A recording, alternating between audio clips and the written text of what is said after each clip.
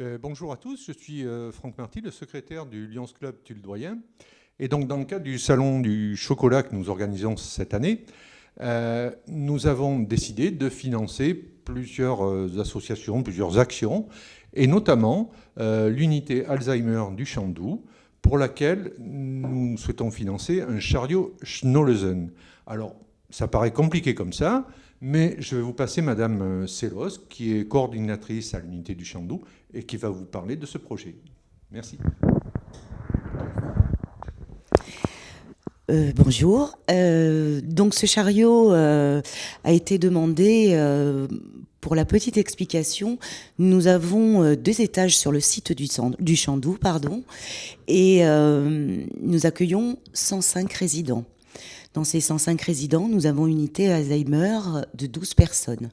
Cependant, dans cette unité Alzheimer, il y a très peu de place comparé aux personnes accueillies. Donc, dans un souci de continuité de soins jour et nuit, nous avons pensé avoir un chariot Snozelen. C'est un chariot sensoriel qui permet d'anticiper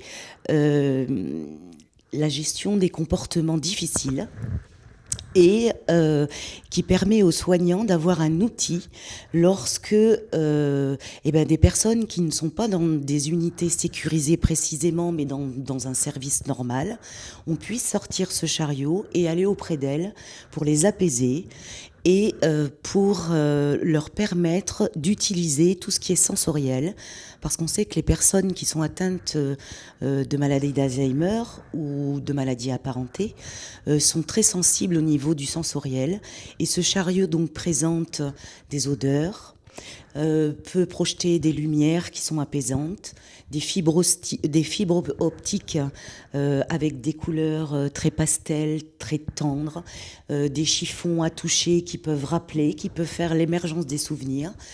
Et du coup, cet outil permet d'éviter la gestion des comportements difficiles et d'éviter la montée d'angoisse.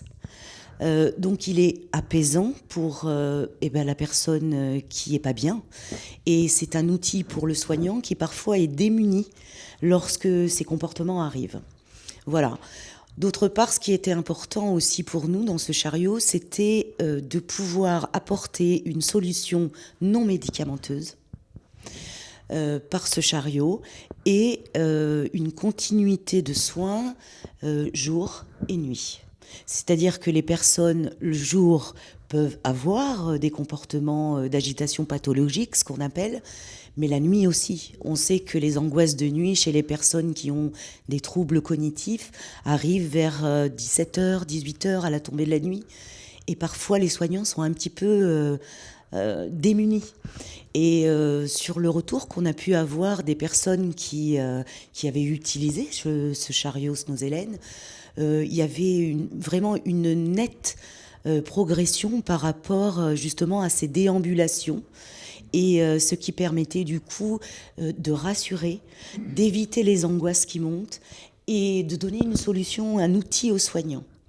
D'autre part, c'est un outil, comme je vous ai dit, qui fait partie du non médicamenteux, ce qui est très important. Et en plus, il colle parfaitement à la philosophie que nous mettons en place dans la filière gériatrique au sein de l'hôpital, qui s'appelle la philosophie de l'humanitude, dont je suis référente avec une autre collègue.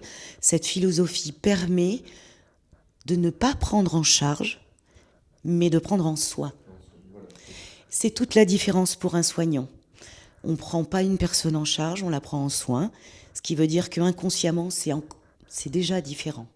Ensuite, cette philosophie fait que nous sommes d'égal à égal et que nous travaillons sur les piliers avec ces personnes-là, sur le regard, la parole, le toucher et la verticalisation. Lorsqu'on apprend ces techniques, en fait, on a une boîte à outils qui permet justement, avec des outils complémentaires comme ce chariot, de rendre la personne debout jusqu'au bout.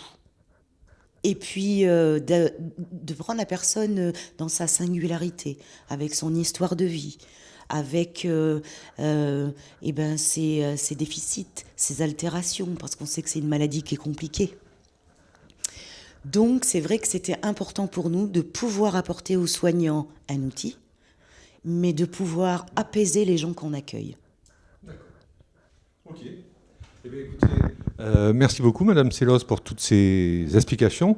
Et on le sent dans ce que vous dites, pour votre dévouement, votre attachement à tout ce que vous faites. Merci beaucoup. Puis j'espère qu'on pourra financer autant que faire se peut ce chariot. Voilà. Merci. Merci.